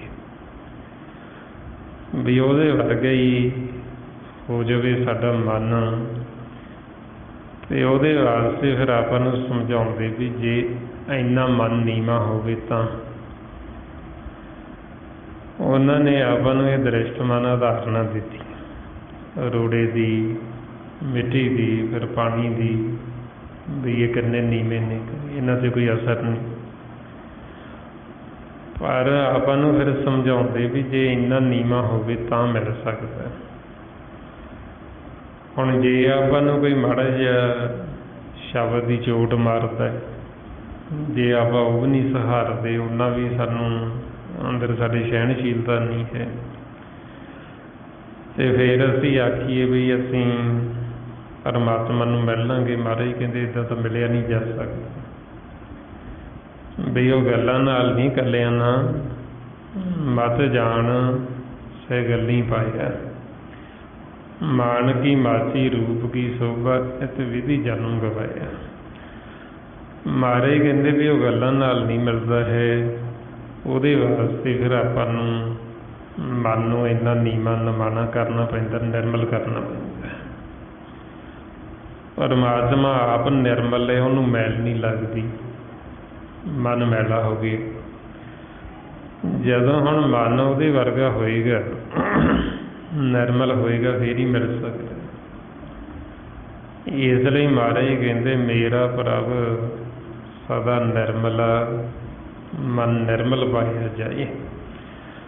ਵੀ ਨਿਰਮਲ ਮਨ ਹੀ ਮਿਲ ਸਕਦਾ, ਵਿਰਾਗੀ ਮਨ ਹੀ ਮਿਲ ਸਕਦਾ। ਹੁਣ ਉਹਦੇ ਵਾਸਤੇ ਫਿਰ ਆਪਾਂ ਸਤ ਸੰਗਤ ਕਰਦੇ ਹਾਂ, ਸਿਮਰਨ ਕਰਦੇ ਹਾਂ, ਤਾਂ ਕਿ ਸਾਡਾ ਮਨ ਨਿਰਮਲ ਹੋਵੇ, ਸਾਡਾ ਮਨ ਹੈ ਜਿਹੜਾ ਇਹ ਵਿਰਾਗੀ ਹੋਵੇ, ਤਾਂ ਕਿ ਜਦੋਂ ਇਹਨੂੰ ਗਿਆਨ ਹੋਵੇ, ਸੋਝੀ ਹੁੰਦੀ ਹੈ, ਫਿਰ ਇਹ ਮਹਿਸੂਸ ਕਰੇ ਵੀ ਮੈਂ ਆਪਦੇ ਮਾਤਾ ਪਿਤਾ ਤੋਂ ਵਿਛੜ ਚੁੱਕੀ, ਮੇਰਾ ਵਿਛੋੜਾ ਪੈ ਗਿਆ, ਵੀ ਇਸੇ ਕਰਕੇ ਮੈਂ ਦੁਖੀ ਹਾਂ, ਇਸੇ ਕਰਕੇ ਅਸ਼ਾਂਤ ਹਾਂ। ਜਦ ਤੱਕ ਮੈਂ ਮਿਲਾਪ ਨਹੀਂ ਕਰ ਲੈਂਦਾ ਵਾਪਸ, ਉੱਦਾਂ ਸਮਾਂ ਮੈਨੂੰ ਸੁੱਖ ਨਹੀਂ ਮਿਲਣਾ, ਉਹਨਾਂ ਸਮਾਂ ਮੇਰਾ ਜਿਹੜਾ ਇਹ ਆਵਾਗੁਣ ਦਾ ਚੱਕਰ ਇਹ ਖਤਮ ਨਹੀਂ ਹੋਣਾ, ਮਿਟਣਾ ਨਹੀਂ ਹੈ। ਸੋ ਇਸ ਵਾਸਤੇ ਫਿਰ ਆਪਣੇ ਸਾਰਿਆਂ ਦੇ ਜੀਵਨ ਦਾ ਜੋ ਅਸਲ ਮਕਸਦ ਇੱਥੇ ਆਉਣ ਦਾ ਉਹ ਇਹੀ ਕਿ ਅਸੀਂ ਆਪਦੇ ਮੂਲ ਦੀ ਪਹਿਚਾਣ ਕਰਕੇ ਉਹਦੇ ਵਿੱਚ ਸਮਾਈਏ, ਉਹਨੂੰ ਮਿਲੀਏ। ਫਿਰ ਮਹਾਰਾਜ ਦੱਸਦੇ ਵੀ ਜਿਨ੍ਹਾਂ 'ਤੇ ਫਿਰ ਗੁਰੂ ਨੇ ਕਿਰਪਾ ਕੀਤੀ, ਜਿਨ੍ਹਾਂ ਨੂੰ ਫਿਰ ਜੁਗਤੀ ਆ ਗਈ, ਤਰੀਕਾ ਆ ਗਿਆ, ਉਹ ਫਿਰ ਮਾਲਕ ਨੂੰ ਦੇਖ ਦੇਖ ਕੇ ਉਹਦੀ ਸੇਵਾ ਕਰ ਕਰਕੇ ਉਹਦੇ ਵਿੱਚ ਸਮਾ ਜਾਂਦੇ। ਜਿਸ ਤਰ੍ਹਾਂ ਪਾਣੀ ਦੇ ਵਿੱਚ ਪਾਣੀ ਮਿਲ ਜਾਂਦਾ ਅਤੇ ਫਿਰ ਆਪਾਂ ਉਸ ਨੂੰ ਵੱਖ ਨਹੀਂ ਕਰ ਸਕਦੇ, ਉਹਨੂੰ ਪਹਿਚਾਣ ਨਹੀਂ ਸਕਦੇ। ਇਸੇ ਤਰ੍ਹਾਂ ਹੀ ਫਿਰ ਆਪਣਾ ਮਨ ਵੀ ਜੋਤ ਸਰੂਪ ਪ੍ਰਕਾਸ਼ ਹੈ ਅਤੇ ਮਾਲਕ ਵੀ ਪ੍ਰਕਾਸ਼ ਹੈ। ਅਤੇ ਮਹਾਰਾਜ ਕਹਿੰਦੇ ਵੀ ਜਿਨ੍ਹਾਂ ਨੂੰ ਫਿਰ ਜੁਗਤ ਤਰੀਕਾ ਆ ਗਿਆ ਉਹ ਇਸ ਤਰ੍ਹਾਂ ਜਿਵੇਂ ਪਾਣੀ 'ਚ ਪਾਣੀ ਸਮਾ ਜਾਂਦਾ, ਇਸ ਤਰ੍ਹਾਂ ਗੁਰਮੁਖ ਸਮਾ ਜਾਂਦਾ ਜੀ। ਅਜੇ ਬਾਦਸ਼ਾਹ ਕਹਿੰਦੇ ਗੁਰ ਕਿਰਪਾ ਜਿਹ ਨਰਕੋ ਕੀਨੀ ਤਹਿ ਜੁਗਤ ਪਛਾਨੀ, ਨਾਨਕ ਲੀਨ ਭਇਓ ਗੋਬਿੰਦ ਸਿਉ ਜਿਉਂ ਪਾਣੀ ਸੰਗ ਪਾਣੀ। ਵੀ ਇਸ ਤਰ੍ਹਾਂ ਲੀਨ ਹੋ ਜਾਂਦੇ ਜਿਸ ਤਰ੍ਹਾਂ ਪਾਣੀ 'ਚ ਪਾਣੀ ਮਿਲ ਗਿਆ ਅਤੇ ਇੱਕੋ ਹੀ ਰੂਪ ਹੋ ਗਏ।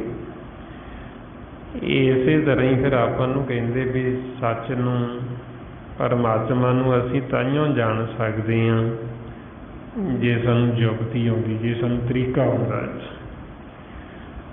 ਉਹ ਜੁਗਤੀ ਤਰੀਕਾ ਫਿਰ ਆਪਾਂ ਨੂੰ ਗੁਰੂ ਨੇ ਦੱਸਣਾ ਹੁੰਦਾ। ਮਹਾਰਾਜ ਕਹਿੰਦੇ ਸੱਚ ਤਾਂ ਪਰ ਜਾਣੀਏ ਜੇ ਜੁਗਤ ਜਾਣੇ ਜੀਓ। ਇਹ ਸੱਚ ਨੂੰ ਪਰਮਾਤਮਾ ਨੂੰ ਅਸੀਂ ਫੇਰ ਹੀ ਦੇਖ ਸਕਦੇ ਹਾਂ ਜੇ ਸਾਨੂੰ ਜੁਗਤੀ ਹੈ, ਜੇ ਸਾਨੂੰ ਤਰੀਕਾ ਅਤੇ ਅਸੀਂ ਦੇਖ ਸਕਦੇ ਹਾਂ। ਜੇ ਸਾਨੂੰ ਜੁਗਤੀ ਨਹੀਂ ਆਉਂਦੀ ਫਿਰ ਉਹ ਸਾਨੂੰ ਸਾਹਮਣੇ ਹੁੰਦਾ ਹੋਇਆ ਵੀ ਦਿਖਾਈ ਨਹੀਂ ਦਿੰਦਾ। ਹੈ ਤਾਂ ਸਾਡੇ ਸਾਹਮਣੇ ਹੀ ਹੈ, ਸਾਤੋਂ ਦੂਰ ਨਹੀਂ ਹੈ, ਚਾਰ ਚੁਫੇਰੇ ਮੌਜੂਦ ਹੈ, ਪਰ ਉਹ ਦੇਖਦਾ ਕਾਹਤੋਂ ਨਹੀਂ, ਕਿਉਂਕਿ ਸਾਡੇ ਇਹਨਾਂ ਨੇਤਰਾਂ 'ਤੇ ਪੜਦਾ ਪਿਆ ਹੋਇਆ, ਕਾਲ ਨੇ ਜਲ ਪਾਇਆ। ਜਿਵੇਂ ਆਪਾਂ ਦੇਖਦੇ ਸੰਸਾਰ ਦੇ ਵਿੱਚ ਵੀ ਕਿਸੇ ਜੀਵ ਦੇ ਇਹ ਮੋਤੀ ਆ ਜਾਂਦਾ ਹੈ, ਉਹਨੂੰ ਦਿਸਣਾ ਬੰਦ ਹੋ ਜਾਂਦੇ, ਉਹ ਅੱਖਾਂ ਦੇ ਅੱਗੇ ਪੜਦਾ ਆ ਜਾਂਦਾ। ਪਿੱਛੇੋਂ ਲਾਈਟ ਹੁੰਦੀ ਹੈ, ਮੂਹਰੇ ਪੜਦਾ ਆ ਜਾਂਦਾ, ਪੜਦਾ ਆਉਣ ਕਰਕੇ ਉਹਨੂੰ ਦਿਸਣਾ ਬੰਦ ਹੋ ਜਾਂਦਾ। ਜਦੋਂ ਡਾਕਟਰ ਪਾਸ ਜਾਂਦਾ ਹੈ ਉਹਦਾ ਪੜਦਾ ਪਾਸੇ ਕਰ ਦਿੰਦੇ ਅਤੇ ਉਹਨੂੰ ਫਿਰ ਦਿਸਣ ਲੱਗ ਜਾਂਦਾ ਹੈ। ਇਸੇ ਤਰ੍ਹਾਂ ਹੀ ਸਾਡੇ ਇਹਨਾਂ ਨੇਤਰਾਂ ਦੇ ਉੱਤੇ ਪੜਦਾ ਆ ਜਾਂਦਾ, ਭਰਮ ਦਾ। ਜਦੋਂ ਫਿਰ ਆਪਾਂ ਗੁਰੂ ਪਾਸ ਜਾਂਦੇ ਹਾਂ ਉਹ ਸਾਡਾ ਪੜਦਾ ਪਾਸੇ ਚੁੱਕ ਦਿੰਦੇ ਅਤੇ ਆਪਾਂ ਨੂੰ ਦਿਸਣ ਲੱਗ ਜਾਂਦਾ, ਦਿਖਾਈ ਦੇਣ ਲੱਗ ਜਾਂਦਾ। ਸੋ ਫਿਰ ਸਤਿਗੁਰ ਦੀ ਜਿਹੜੀ ਸੇਵਾ ਹੈ ਉਹ ਦ੍ਰਿਸ਼ਟੀ ਦੁਆਰਾ ਦੇਖ ਦੇਖ ਕੇ ਕੀਤੀ ਜਾਂਦੀ ਹੈ। ਮਾਲਕ ਸਾਹਮਣੇ ਹੈ ਅਤੇ ਆਪਾਂ ਦੇਖ ਦੇਖ ਕੇ ਉਹਦੀ ਸੇਵਾ ਕਰਨੀ। ਮਹਾਰਾਜ ਕਹਿੰਦੇ ਨਦਰੀ ਸਤਿਗੁਰ ਸੇਵੀਐ, ਨਦਰੀ ਸੇਵਾ ਹੋਈ, ਨਦਰੀ ਇਹ ਮਨ ਵਾਸਾ ਵੀ ਨਦਰੀ ਮਨ ਨਿਰਮਲ ਹੋਈ। ਵੀ ਨਜ਼ਰਾਂ ਦੁਆਰਾ ਦੇਖ ਦੇਖ ਕੇ ਸੇਵਾ ਕਰਨੀ, ਨਜ਼ਰਾਂ ਦੁਆਰਾ ਹੀ ਫਿਰ ਮਨ ਵੱਸ 'ਚ ਰਹਿੰਦਾ, ਨਿਰਮਲ ਰਹਿੰਦਾ ਮਾਲਕ ਨੂੰ ਦੇਖ ਦੇਖ ਕੇ। ਜਦੋਂ ਆਪਾਂ ਪਰਮਾਤਮਾ ਨੂੰ ਦੇਖਦੇ ਉਹਨੂੰ ਦੇਖਣ ਦੇ ਨਾਲ ਹੀ ਸਾਡੇ ਮਨ ਦੀ ਜਿਹੜੀ ਮੈਲ ਜਨਮ ਜਮੰਤਰ ਦੀ ਉਹ ਸਾਰੀ ਲੱਥ ਜਾਂਦੀ ਹੈ। ਮਹਾਰਾਜ ਫਰਮਾਉਂਦੇ ਤਦ ਡਿੱਠੇ ਸੱਚੇ ਪਾਤਸ਼ਾਹ ਮਲ ਜਨਮ ਜਨਮ ਦੀ ਕੱਟੀਏ। ਵੀ ਜਦੋਂ ਤੈਨੂੰ ਦੇਖਦੇ ਤੇਰੇ ਦਰਸ਼ਨ ਕਰਦੇ ਹਾਂ ਸਾਡੇ ਮਨ ਦੀ ਮੈਲ ਉਤਰ ਜਾਂਦੀ, ਮਨ ਦੀ ਮੈਲ ਕੱਟੀ ਜਾਂਦੀ। ਸੋ ਇਸ ਵਾਸਤੇ ਫਿਰ ਸਤਿਗੁਰ ਦੀ ਜਿਹੜੀ ਸੇਵਾ ਉਹ ਅਸੀਂ ਕਿਤੇ ਵੀ ਕਰ ਸਕਦੇ ਹਾਂ, ਕਿਉਂਕਿ ਉਹ ਹਰ ਥਾਂ 'ਤੇ ਮੌਜੂਦ ਹੈ। ਅਤੇ ਤਾਈਓ ਗੁਰਮੁਖਾਂ ਨੇ ਆਖਿਆ ਵੀ ਅਸੀਂ ਜਿੱਥੇ ਵੀ ਜਾਂਦੇ ਹਾਂ ਉੱਥੇ ਤੇਰੀ ਸੇਵਾ ਕਰਦੇ ਹਾਂ। ਜਹਾਂ ਜਹਾਂ ਜਾਊਂ ਤਹਾਂ ਤੇਰੀ ਸੇਵਾ, ਤੁਮ ਸਾਵਰ ਨਾਹੀ ਕੋ ਦੇਵਾ। ਬਈ ਤੇਰੇ ਵਰਗਾ ਹੋਰ ਦੂਜਾ ਕੋਈ ਨਹੀਂ ਜਿਹੜਾ ਸਰਵ ਵਿਆਪਕ ਹੋਵੇ, ਜਿਹੜਾ ਹਰ ਥਾਂ 'ਤੇ ਮੌਜੂਦ ਹੋਵੇ। ਤੂੰ ਹਰ ਥਾਂ 'ਤੇ ਮੌਜੂਦ ਹੈ। ਤਾਈਓ ਫਿਰ ਭਗਤਾਂ ਨੇ ਆਖਿਆ ਵੀ ਅਸੀਂ ਕਿਸੇ ਖਾਸ ਥਾਂ ਹੋਰ ਚੱਲ ਕੇ ਤਾਂ ਜਾਈਏ ਵੀ ਜੇ ਤੂੰ ਇੱਥੇ ਨਾ ਹੋਵੇ, ਤੂੰ ਤਾਂ ਹਰ ਥਾਂ 'ਤੇ ਮੌਜੂਦ ਹੈ। ਮਹਾਰਾਜ ਕਹਿੰਦੇ ਊਹਾਂ ਤੋ ਜਾਈਏ ਜਾਂ ਇਹਾਂ ਨਾ ਹੋਵੇ। ਬਈ ਮੈਂ ਚੱਲ ਕੇ ਤਾਂ ਕਿਤੇ ਤਾਂ ਜਾਵਾਂ ਜੇ ਤੂੰ ਇੱਥੇ ਨਾ ਹੋਵੇਂ, ਤੂੰ ਤਾਂ ਹਰ ਥਾਂ 'ਤੇ ਮੌਜੂਦ ਹੈ। ਸੋ ਫਿਰ ਮਾਲਕ ਦੀ ਆਪਾਂ ਜਿਹੜੀ ਸੇਵਾ ਹਰ ਥਾਂ 'ਤੇ ਕਰ ਸਕਦੇ, ਚਾਹੇ ਚੱਲ ਰਹੇ ਹਾਂ ਚਾਹੇ ਬੈਠੇ ਹਾਂ, ਕਰ ਸਕਦੇ। ਇਸ ਕਰਕੇ ਫਿਰ ਉਹਨੂੰ ਦੇਖ ਦੇਖ ਕੇ ਉਹਦੇ ਗੁਣ ਗਾਏ ਜਾਂਦੇ, ਜਿਹਨੂੰ ਮਹਾਰਾਜ ਕਹਿੰਦੇ ਜਬ ਦੇਖਾਂ ਤਬ ਗਾਵਾਂ ਤਉ ਜਨ ਧੀਰਜ ਪਾਵਾਂ। ਵੀ ਜਦੋਂ ਤੈਨੂੰ ਦੇਖਦੇ ਉਦੋਂ ਹੀ ਤੈਨੂੰ ਗਾਉਂਦੇ, ਤੇ ਉਹ ਗੁਰਮੁਖ ਸਦਾ ਦੇਖਦੇ ਰਹਿੰਦੇ, ਤੇ ਇਸ ਕਰਕੇ ਸਦਾ ਹੀ ਉਹਦੇ ਗੁਣ ਗਾਉਂਦੇ ਰਹਿੰਦੇ। ਜਿਵੇਂ ਭਗਤਾਂ ਨੇ ਆਖਿਆ, ਬਾਬਾ ਕਬੀਰ ਜੀ ਕਹਿੰਦੇ ਵੀ ਸਾਡਾ ਜਿਹੜਾ ਮਨ ਅੱਠੇ ਪੈਰ ਤੈਨੂੰ ਦੇਖਦਾ ਹੀ ਰਹਿੰਦਾ, 8 ਪੈਰ 64 ਘੜੀ ਤੁਮੇ ਦੇਖਤ ਰਹੇ ਜੀਓ। ਵੀ ਇੰਨਾ ਉਹਨਾਂ ਨੇ ਪਿਆਰ ਪਾ ਲਿਆ ਵੀ ਇੱਕ ਪਲ ਦਾ ਵੀ ਜਿਹੜਾ ਵਿਛੋੜਾ ਉਹ ਝੱਲਦੇ। ਬਾਬਾ ਕਬੀਰ ਜੀ ਕੰਮ ਕਰਦੇ ਸੀ, ਤਾਣਾ ਬਣਦੇ ਸੀ, ਤੇ ਉਹਨਾਂ ਨੇ ਤਾਣਾ ਬਣਨਾ ਹੀ ਛੱਡ ਦਿੱਤਾ। ਜਦੋਂ ਉਹਨਾਂ ਤੋਂ ਪੁੱਛਿਆ ਵੀ ਤੁਸੀਂ ਕਿਉਂ ਛੱਡ ਦਿੱਤਾ, ਕੀ ਕਾਰਨ, ਫਿਰ ਉਹਨਾਂ ਨੇ ਦੱਸਿਆ ਵੀ ਇਹਦਾ ਕਾਰਨ ਇਹ ਹੈ ਵੀ ਜਦੋਂ ਅਸੀਂ ਉਹ ਧਾਗਾ ਪਾਉਂਦੇ ਹਾਂ ਬੇਹੀ ਦੇ ਵਿੱਚ, ਉਦੋਂ ਸਾਨੂੰ ਮਾਲਕ ਵਿਸਰ ਜਾਂਦਾ। ਧਾਗਾ ਪਾਉਣ ਨੂੰ ਕਿੰਨਾ ਕੁ ਸਮਾਂ ਲੱਗਦਾ ਹੈ, ਉਹਦੇ ਵਿੱਚ ਕੁਝ ਸੈਕਿੰਡ, ਤੇ ਇੰਨਾ ਕੁ ਸਮਾਂ ਵੀ ਮਾਲਕ ਦਾ ਜਿਹੜਾ ਵਿਛੋੜਾ ਝੱਲਦੇ ਨਾ, ਤੇ ਉਹਨਾਂ ਨੇ ਉਹ ਛੱਡ ਹੀ ਦਿੱਤਾ ਵੀ ਉਹ ਕੰਮ ਹੀ ਨਹੀਂ ਕਰਨਾ ਜਿਹੜਾ ਸਾਨੂੰ ਰੱਬ ਨੂੰ ਭੁਲਾਉਂਦਾ ਹੈ। ਮਹਾਰਾਜ ਕਹਿੰਦੇ ਜਬ ਲਗ ਧਾਗਾ ਪਾਹੂੰ ਬੇਹੀ ਤਬ ਲਗ ਵਿਸਰੇ ਰਾਮ ਸਨੇਹੀ। ਵੀ ਜਦੋਂ ਮੈਂ ਧਾਗਾ ਪਾਉਣ ਲੱਗਦਾ ਮੈਨੂੰ ਉਦੋਂ ਵਿਸਰ ਜਾਂਦਾ, ਉਦੋਂ ਇੱਕ ਚਿੱਤ ਹੋਣਾ ਪੈਂਦਾ ਤੇ ਉਦੋਂ ਵਿਸਰ ਜਾਂਦਾ, ਤੇ ਉਹਨਾਂ ਨੇ ਉਹੀ ਛੱਡ ਦਿੱਤਾ। ਸੋ ਇਸ ਵਾਸਤੇ ਫਿਰ ਗੁਰਮੁਖਾਂ ਨੇ ਦੱਸਿਆ ਵੀ ਇੰਨਾ ਪਿਆਰ ਪਾਇਆ ਭਗਤਾਂ ਨੇ ਵੀ ਉਹ ਇੱਕ ਪਲ ਵੀ ਜਿਹੜਾ ਮਾਲਕ ਤੋਂ ਬਿਨਾਂ ਰਹਿੰਦੇ। ਫਿਰ ਉਦਾਹਰਨਾਂ ਦਿੱਤੀਆਂ ਵੀ ਜਿਵੇਂ ਅਮਲੀ ਹੈ, ਅਮਲ ਤੋਂ ਬਿਨਾਂ ਨਹੀਂ ਰਹਿ ਸਕਦਾ, ਇਸੇ ਤਰ੍ਹਾਂ ਹੀ ਫਿਰ ਗੁਰਮੁਖਾਂ ਨੂੰ ਵੀ ਅਮਲ ਲੱਗ ਜਾਂਦਾ ਮਾਲਕ ਦਾ, ਉਹ ਮਾਲਕ ਤੋਂ ਬਿਨਾਂ ਰਹਿ ਨਹੀਂ ਸਕਦੇ। ਮਹਾਰਾਜ ਕਹਿੰਦੇ ਹਉ ਹਰ ਬਿਨ ਰਹਿ ਨਾ ਸਕਾਂ ਇੱਕ ਰਤੀ, ਜਿਉਂ ਅਮਲੀ ਅਮਲ ਬਿਨ ਮਰ ਜਾਈ ਹੈ, ਤੇ ਉਹ ਹਰ ਬਿਨ ਹਮ ਮਰ ਜਾਤੀ। ਬਈ ਜਿਵੇਂ ਅਮਲੀ ਨਹੀਂ ਮਰਦਾ, ਵੀ ਜੇ ਮੈਨੂੰ ਅਮਲ ਨਾ ਮਿਲੇ, ਨਸ਼ਾ ਨਾ ਮਿਲੇ, ਤੇ ਮੇਰੀ ਤਾਂ ਜਾਨ ਹੀ ਨਿਕਲ ਚਲੀ, ਮਰ ਗਿਆ। ਇਸੇ ਤਰ੍ਹਾਂ ਹੀ ਵੀ ਜਿਹਨਾਂ ਦਾ ਮਾਲਕ ਨਾਲ ਪ੍ਰੇਮ ਪੈ ਗਿਆ, ਉਹਨਾਂ ਨੇ ਦੱਸਿਆ ਵੀ ਜੇ ਸਾਨੂੰ ਮਾਲਕ ਵਿਸਰਦਾ ਹੈ ਤੇ ਅਸੀਂ ਸਮਝਦੇ ਵੀ ਸਾਡੀ ਮੌਤ ਹੋ ਗਈ। ਸੋ ਇੰਨਾ ਪਿਆਰ ਉਹਨਾਂ ਨੇ ਪਾਇਆ। ਤੇ ਇਹ ਜਿਹੜੀ ਪ੍ਰੀਤ ਫਿਰ ਆਪਾਂ ਉਹਨਾਂ ਤੋਂ ਪੁੱਛਦੇ ਵੀ ਤੁਸੀਂ ਕਿਵੇਂ ਪਾਈ, ਵੀ ਕਿਵੇਂ ਇੰਨਾ ਪਿਆਰ ਤੁਹਾਡਾ ਪੈ ਗਿਆ।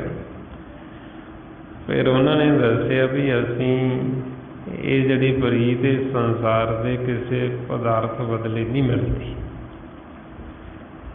ਚਾਹੇ ਅਸੀਂ ਸੰਸਾਰ ਦੇ ਵਿੱਚ ਜਿਵੇਂ ਆਪਾਂ ਕਹਿੰਦੇ ਹਾਂ ਵੀ ਸੋਨਾ ਬੜਾ ਕੀਮਤੀ ਵਸਤੂ ਹੈ, ਉਹਨਾਂ ਨੇ ਆਖਿਆ ਵੀ ਇਹ ਸੋਨੇ ਦੇ ਬਦਲੇ ਤੋਲ ਕੇ ਵੀ ਇਹ ਪ੍ਰੀਤ ਨਹੀਂ ਮਿਲਦੀ। ਉਹਦੇ ਵਾਸਤੇ ਇਹ ਮਨ ਦੇਣਾ ਪੈਂਦਾ, ਆਪਾਂ ਸਮਰਪਣ ਕਰਨਾ ਪੈਂਦਾ। ਮਹਾਰਾਜ ਕਹਿੰਦੇ ਕੰਚਨ ਸਿਉ ਪਾਈਏ ਨਹੀਂ ਤੋਲ, ਮਨ ਦੇ ਰਾਮ ਲਿਆ ਹੈ ਮੋਲ। ਬਈ ਹੋਰ ਸੰਸਾਰ ਦੇ ਕਿਸੇ ਪਦਾਰਥ ਦੇ ਨਾਲ ਨਹੀਂ ਬਈ ਅਸੀਂ ਆਖੀਏ ਬਈ ਸੰਸਾਰ ਦੇ ਪਦਾਰਥ ਦੇ ਕੇ ਜਾਂ ਉਹਦੇ ਬਦਲੇ ਸਾਨੂੰ ਪ੍ਰੀਤ ਮਿਲ ਜੇਗੀ। ਸੋ ਉਹਦੇ ਵਾਸਤੇ ਫਿਰ ਆਪਾਂ ਨੂੰ ਇਹ ਆਪਾਂ ਸਮਰਪਣ ਕਰਨਾ ਪੈਂਦਾ। ਤੇ ਜਿਨ੍ਹਾਂ ਨੇ ਸਮਰਪਣ ਕੀਤਾ ਫਿਰ ਉਹਨਾਂ ਦੇ ਜਿਹੜੇ ਕਾਰਜ ਸੀ ਉਹ ਕਾਰਜ ਵੀ ਮਾਲਕ ਨੇ ਆਪ ਸਵਾਰ ਦਿੱਤੇ। ਉਹਨਾਂ ਦੇ ਕੰਮ ਦੇ ਵਿੱਚ ਕੋਈ ਰੁਕਾਵਟ ਪੈਣੀ ਨਹੀਂ ਦਿੰਦਾ। ਜਿਵੇਂ ਭਗਤ ਨਾਮਦੇਵ ਜੀ, ਉਹਨਾਂ ਦੇ ਮਾਤਾ ਪਿਤਾ ਕਹਿਣ ਲੱਗੇ ਵੀ ਤੁਸੀਂ ਆਪਦਾ ਘਰ ਬਣਾ ਲਓ ਛੰਨ, ਤੇ ਉਹਨਾਂ ਨੇ ਕਹਿਣਾ ਮੰਨ ਕੇ ਛੰਨ ਵਾਸਤੇ ਜਦੋਂ ਕਾਹ ਲੈਣ ਵਾਸਤੇ ਗਏ, ਉਹਨਾਂ ਨੇ ਜਾ ਕੇ ਜਦੋਂ ਉਹ ਦਾਤੀ ਫੇਰੀ ਤੇ ਉਹਦੇ ਵਿੱਚੋਂ ਪਾਣੀ ਨਿਕਲਣ ਲੱਗ ਗਿਆ, ਤੇ ਉਹਨਾਂ ਦਾ ਮਨ ਇੰਨਾ ਨਿਰਮਲ ਹੈ ਵੀ ਉਹਨਾਂ ਨੇ ਦੇਖਿਆ ਵੀ ਇਹ ਤਾਂ ਠੀਕ ਨਹੀਂ ਹੋਇਆ, ਵੀ ਉਹਨੇ ਤਕਲੀਫ ਮਹਿਸੂਸ ਕੀਤੀ ਮਨ ਨੇ, ਤੇ ਉਹਨਾਂ ਨੇ ਉੱਥੇ ਹੀ ਦਾਤੀ ਸੁੱਟ ਕੇ ਤੇ ਉਹ ਆਪਦਾ ਸਹਿਜ ਵਿੱਚ ਚਲੇ ਗਈ, ਸਿਰ ਘਰ 'ਚ ਬੈਠ ਗਈ। ਜਦੋਂ ਹੁਣ ਆਪਣਾ ਮਨ ਸਿਰ ਘਰ 'ਚ ਬੈਠ ਜਾਂਦਾ ਤੇ ਫਿਰ ਕਾਰਜ ਮਾਲਕ ਨੂੰ ਕਰਨਾ ਪੈਂਦਾ। ਉਹੀਓ ਕਹਿ ਰਹੇ ਆਪਾਂ ਨੂੰ, ਸਿਰ ਘਰ ਵੈਸੋ ਹਰ ਜਨ ਪਿਆਰੀ, ਸਤਿਗੁਰ ਤੁਮਰੀ ਕਾਜ ਸਵਾਰੀ। ਫਿਰ ਮਾਲਕ ਆਪ ਆਏ ਤੇ ਆਪ ਆ ਕੇ ਉਹਨਾਂ ਦੀ ਜਿਹੜੀ ਛੰਨ ਸੀ, ਛੰਨ ਬਣਾਈ। ਜਦੋਂ ਤਿਆਰ ਹੋ ਗਈ ਤੇ ਫਿਰ ਜਾ ਕੇ ਉਹਨੂੰ ਉਠਾਇਆ ਵੀ ਤੁਹਾਡਾ ਘਰ ਬਣ ਗਿਆ ਤੇ ਹੁਣ ਘਰੇ ਚਲੇ ਜਾਓ। ਜਦੋਂ ਉਹ ਘਰ ਗਏ ਤੇ ਉਹਨਾਂ ਦੀ ਜਿਹੜੀ ਪੜੋਸਣ ਸੀ ਗਵਾਂਢਣ, ਫਿਰ ਉਹ ਭਗਤ ਨਾਮਦੇਵ ਜੀ ਨੂੰ ਪੁੱਛਦੀ ਵੀ ਤੇਰੀ ਇਹ ਛੰਨ ਬੜੀ ਸੋਹਣੀ ਬਣੀ ਹੈ, ਤੇਰਾ ਘਰ ਬੜਾ ਸੋਹਣਾ ਹੈ, ਵੀ ਕਿਹੜੇ ਮਿਸਤਰੀ ਨੇ ਬਣਾਇਆ, ਉਹ ਬੇਦੀ ਕੌਣ ਹੈ, ਤੂੰ ਮੈਨੂੰ ਉਸ ਬੇਦੀ ਮਿਸਤਰੀ ਦੀ ਦੱਸ ਪਾ ਵੀ ਤੇਰੇ ਨਾਲੋਂ ਮੈਂ ਦੁੱਗਣੀ ਮਨਜ਼ੂਰੀ ਉਹਨੂੰ ਦਊਂ, ਵੀ ਮੈਨੂੰ ਵੀ ਇੱਦਾਂ ਦਾ ਘਰ, ਇੱਦਾਂ ਦੀ ਛੰਨ ਬਣਾ ਕੇ ਦੇਵੇ। ਮਹਾਰਾਜ ਦੱਸਦੇ, ਕਹਿੰਦੇ ਪਾੜ ਪੜੋਸਨ ਪੂਛ ਲੈ ਨਾਮਾ, ਕਾਪੇ ਸ਼ਾਨ ਸ਼ਬਾਈ ਹੋ, ਤੋਪੇ ਦੁਗਣੀ ਮਨਜ਼ੂਰੀ ਦੇਹੂੰ, ਮੌਕੋ ਬੇਡੀ ਦੇਹੋ ਬਤਾਈ ਹੋ। ਫਿਰ ਉਹ ਦੱਸਦੇ, ਕਹਿੰਦੇ ਵੀ ਇਹ ਜਿਹੜਾ ਬੇਡੀ ਹੈ ਵੀ ਇਹ ਹਰ ਥਾਂ ਹੀ ਮੌਜੂਦ ਹੈ। ਰੀ ਬਾਈ ਬੇਡੀ ਦੇਣ ਨਾ ਜਾਈ, ਦੇਖ ਬੇਡੀ ਰਿਓ ਸਮਾਈ। ਹਮਾਰੇ ਬੇਡੀ ਪ੍ਰਾਣ ਆਧਾਰਾ, ਜੇ ਕੋ ਛੰਨ ਛਬਾਵੇ ਕੋ, ਬੇਡੀ ਪ੍ਰੀਤ ਮਨਜ਼ੂਰੀ ਮੰਗੇ। ਬਈ ਉਹ ਜਿਹੜਾ ਮਨਜ਼ੂਰੀ ਹੈ ਉਹ ਸਵਾਸਾਂ ਦੀ ਮਨਜ਼ੂਰੀ ਮੰਗਦਾ ਹੈ, ਹੋਰ ਕੋਈ ਇਹ ਸੰਸਾਰ ਦੀ ਨਹੀਂ। ਬਈ ਜਦੋਂ ਅਸੀਂ ਉਹਨੂੰ ਆਪਸ ਸਮਰਪਣ ਕਰ ਦਿੰਦੇ ਹਾਂ ਫਿਰ ਉਹ ਆਪ ਆਉਂਦਾ ਹੈ, ਫਿਰ ਉਹ ਆ ਕੇ ਕਾਰਜ ਕਰਦਾ ਹੈ। ਕਦੋਂ? ਜਦੋਂ ਅਸੀਂ ਕੁਟੁੰਬ ਤੇ ਲੋਕ ਦੇ ਨਾਲੋਂ ਸਭ ਨਾਲੋਂ ਮਨ ਉੱਪਰ ਉੱਠ ਜਾਂਦਾ। ਲੋਕ ਕੁਟੁੰਬ ਸਭੂ ਤੇ ਤੋੜੇ, ਤੋ ਆਪਨ ਬੇਟੀ ਆਵੇ ਕੋ। ਬਈ ਫਿਰ ਉਹ ਆਪਦੇ ਆਪ ਹੀ ਆ ਜਾਂਦਾ, ਫਿਰ ਉਹ ਆ ਕੇ ਆਪੇ ਹੀ ਛੰਨ ਬਣਾ ਦਿੰਦਾ।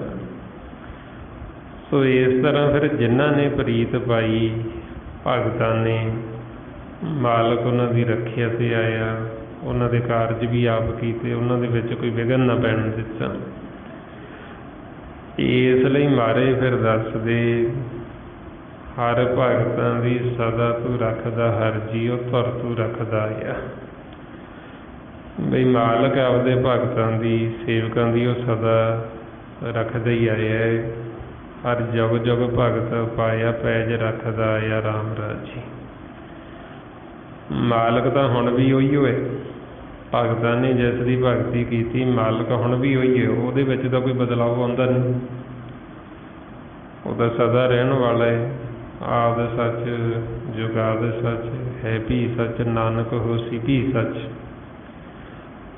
ਹੁਣ ਉਹਨਾਂ ਦੇ ਕਾਰਜ ਸਵਾਰੇ, ਉਹਨਾਂ ਦੀ ਮਦਦ ਤੇ ਆਇਆ ਤੇ ਆਪਾਂ ਕਹਿੰਦੇ ਵੀ ਸਾਡੀ ਤੇ ਕਿਉਂ ਨਹੀਂ ਆਉਂਦਾ। ਫਿਰ ਆਪਾਂ ਨੂੰ ਸਮਝਾਉਂਦੇ ਵੀ ਜੇ ਅਸੀਂ ਵੀ ਉਹਨਾਂ ਨੂੰ ਆਪਾਂ ਸਮਰਪਣ ਕਰ ਦਈਏ ਤੇ ਫਿਰ ਮਾਲਕ ਸਦਾ ਹੀ ਸਾਡੇ ਅੰਗ ਸੰਗ ਹੈ।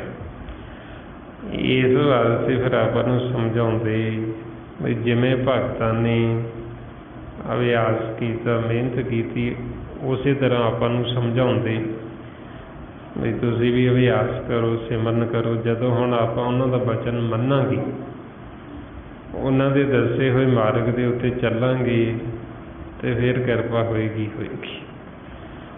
ਹੁਣ ਆਪਾਂ ਨੂੰ ਫਿਰ ਕੀ ਕਰਨ ਨੂੰ ਕਹਿੰਦੇ, ਜਿਵੇਂ ਉਹਨਾਂ ਨੇ ਅਭਿਆਸ ਕੀਤਾ ਉਵੇਂ ਹੀ ਆਪਾਂ ਨੂੰ ਕਹਿੰਦੇ ਵੀ ਤੁਸੀਂ ਵੀ ਸਿਮਰਨ ਕਰੋ। ਮਹਾਰਾਜ ਕਹਿੰਦੇ ਸਦਾ ਸਦਾ ਸਿਮਰ ਦਿਨ ਰਾਤ, ਉਠਤ ਬੈਠਤ ਸਾਸ ਗਿਰਾਸ। ਵੀ ਸਦਾ ਹੀ ਤੇ ਆਵੋ, ਸਾਸ ਗਿਰਾਸ ਤੇ ਆਵੋ। ਆਓ ਹੁਣ ਕਿਵੇਂ ਇਹ ਸਾਸ ਗਿਰਾਸ ਆਪਾਂ ਧਿਆਉਣਾ, ਜੋ ਆਪਾਂ ਨੂੰ ਮਹਾਰਾਜ ਜੀ ਵਿਧੀ ਜੁਗਤੀ ਦੱਸਦੇ ਸਾਸ ਗਿਰਾਸ ਸਿਮਰਨ ਦੀ। ਆਓ ਸਾਰੇ ਗੁਰਮੁਖ ਪਿਆਰੇ ਕਰੋ ਜੀ ਸ਼ੁਰੂ। ਵਾਹਿਗੁਰੂ ਵਾਹਿਗੁਰੂ ਵਾਹਿਗੁਰੂ ਵਾਹਿਗੁਰੂ ਵਾਹਿਗੁਰੂ ਵਾਹਿਗੁਰੂ ਵਾਹਿਗੁਰੂ